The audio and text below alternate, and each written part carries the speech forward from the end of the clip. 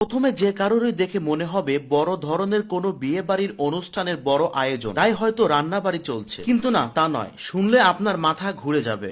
মানবতার ফেরিওয়ালা প্রতিবন্ধী মাহফুজুর রহমান, তিনি প্রতি সপ্তাহে শুক্রবারে 150 থেকে 200 মানুষের বিশাল এক খাবারের আয়োজন করে, যার জন্য দিতে হয় না কোনো টাকা বা পয়সা, যা তিনি নিজ হাতে খাওয়ান। এবং তিনি বাজারে গিয়ে তয় তরকারি থেকে শুরু করে মাছ মাংস প্রতিটা জিনিস তিনি নিজে হাতে একটা একটা করে দেখে বেছে বেছে কিনেন, যেন গরিব মিসকিনরা একটু তৃপ্তি সহকারে খেতে পারে। যারা সপ্তাহে একবারও ভালো মন্দ খেতে পারে না, এই মাহফুজুর রহমান তাদের জন্য এই বিশাল গরিবের মেহমানখানা নিজ হাতে তিলে তিলে তৈরি করেছেন, যার জন্য তিনি এলাকায় প্রশংসায় ভাসছেন। তাই দেরি না করে চলুন আজকে জানবো এই মাহফুজুর রহমানের কাছে বিস্তারিত ঘটনা। আমি একজন শারীরিক প্রতিবন্ধী।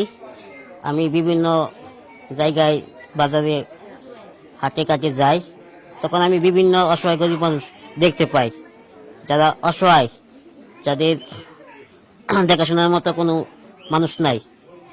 তাদের পরিবার আছে কিন্তু তাদেরকে পরিবার থেকে কোনো সাপোর্ট দেয় না। এরকম অসহায় গরিব মানুষ যারা আছে, তো তাদেরকে আমি দেখে অনেক কষ্ট লাগে।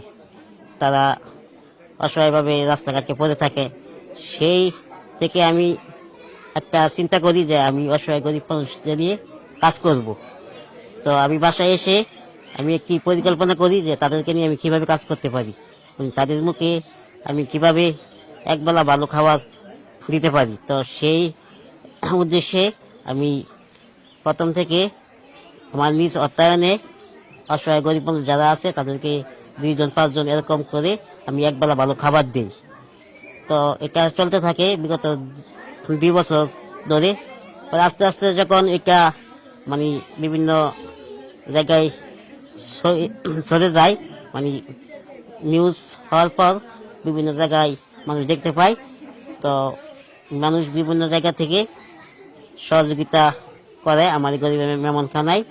তো আমি মানুষের সহযোগিতা নিই এবং আমার ব্যক্তিগত কিছু অর্থ দিয়ে এখানে আমি অসহায় গরিব মানুষদেরকে সপ্তাহে একবেলা ভালো খাবার দিই আমার বাসায়। আচ্ছা, আপনি একজন শারীরিক প্রতিবন্ধী হওয়ার সত্ত্বেও আপনি কেন তাদেরকে এই ব্যবস্থা করলেন, এটা কিভাবে সম্ভব? প্রতিবন্ধকতা কোনো বিষয় নাই। আমি প্রতিবন্ধী এটা আমি কোনোদিন ভাবি নাই, মনেই করি না। আমি মনে করি আমি একজন সুস্থ, আপনাদের মতো একজন সুস্থ মানুষ।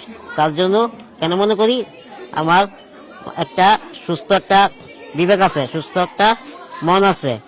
তো আল্লাহ তাআলা আমাকে সেইটা দিয়েছে। তো সেই জায়গা থেকে আমি অসহায় গরিব মানুষদের জন্য কাজ করি। তাদের জন্য আমার মায়া হয়, কষ্ট হয়। তাদেরকে দেখলে আমার অনেক কষ্ট হয়, আমার ভিতর থেকে তাদের জন্য কষ্ট আসে। তো সেই থেকে আমি অসহায় গরিব মানুষদেরকে নিয়ে কাজ করি। গরিবের মেহমানখানায় আপনি যে তাদেরকে খাওয়ানোর পরে আপনার মনে কেমন লাগে বা কতটুকু শান্তি লাগে? আপনাকে একটা উদাহরণ দিই। বাচ্চা যখন কান্না করে দুধ খাওয়ার জন্য, তখন মা যখন বাচ্চাকে বুকে দুধ দেয়, বাচ্চা যখন দুধ পেয়ে কান্না থামিয়ে দেয়, তখন মায়ের যে একটা শান্তি লাগে। তো তাদেরকে অসহায় গরিব মানুষদেরকে খাওয়াইয়া তৃপ্তি করে খাওয়াইতে পেরে আমি আমার অনেক আনন্দ পাই এবং আমার ভিতরটা অনেক শান্তি লাগে।